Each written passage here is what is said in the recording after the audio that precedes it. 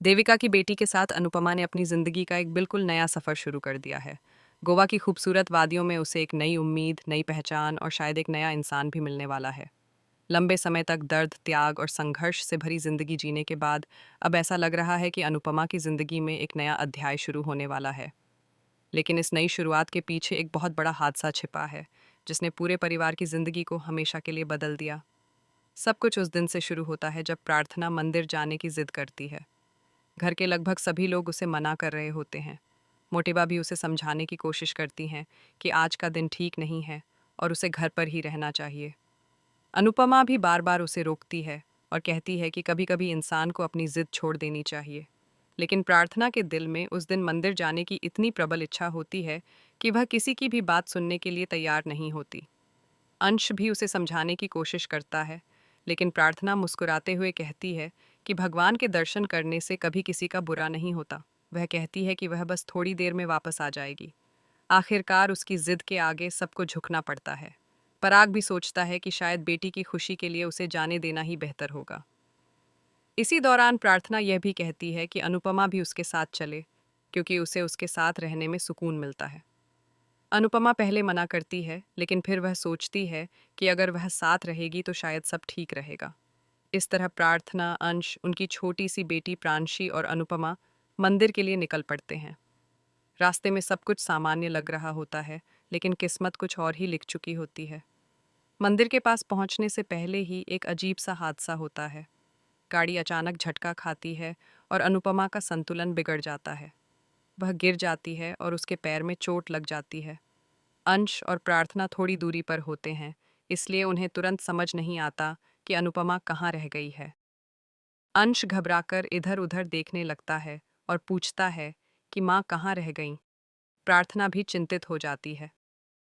अंश कहता है कि वह जाकर देखता है, लेकिन उसी समय छोटी प्रांशी जोर जोर से रोने लगती है और अपने पिता का हाथ कसकर पकड़ लेती है। वह किसी भी हालत में अंश को जाने नहीं देती।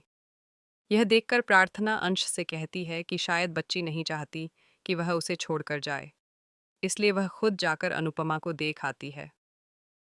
प्रार्थना जल्दी जल्दी आगे बढ़ती है। तभी उसकी नज़र दूर खड़ी अनुपमा पर पड़ती है, जो गिरने के बाद उठने की कोशिश कर रही होती है। लेकिन उसी समय प्रार्थना देखती है कि सामने से तेज रफ्तार में एक ट्रक आ रहा है। वह पल ऐसा होता है जब सब कुछ ही सेकंड में तय होना होता है। प्रार्थना बिना एक पल सोचे दौड़कर अनुपमा तक पहुंचती है और उसे जोर से धक्का देकर रास्ते से हटा देती है। अनुपमा एक तरफ गिर जाती है और बच जाती है, लेकिन प्रार्थना खुद ट्रक के सामने आ जाती है। वह पल इतना अचानक होता है कि किसी को समझने का मौका भी नहीं मिलता। अंश दूर से यह सब देखकर जोर से चिल्लाता है। अनुपमा भी चीख उठती है, लेकिन तब तक बहुत देर हो चुकी होती है। प्रार्थना की वहीं मौत हो जाती है।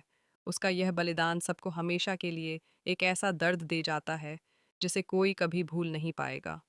घर पर भी जैसे इस घटना का आभास हो जाता है। कोठारी हाउस में लगी प्रार्थना की तस्वीर अचानक गिर जाती है और उसका कांच का फ्रेम टूटकर बिखर जाता है। घर के लोग यह देखकर घबरा जाते हैं, जैसे किसी अनहोनी का संकेत मिल गया हो। कुछ देर बाद जब खबर घर तक पहुंचती है तो हर कोई सदमे में डूब जाता है। अंश टूट जाता है। पराग की हालत सबसे ज्यादा खराब हो जाती है। वह खुद को बार बार दोष देता है कि उसने अपनी बेटी को जाने ही क्यों दिया। वह सोचता है कि अगर उस दिन उसने उसे रोक लिया होता तो शायद आज वह जिंदा होती।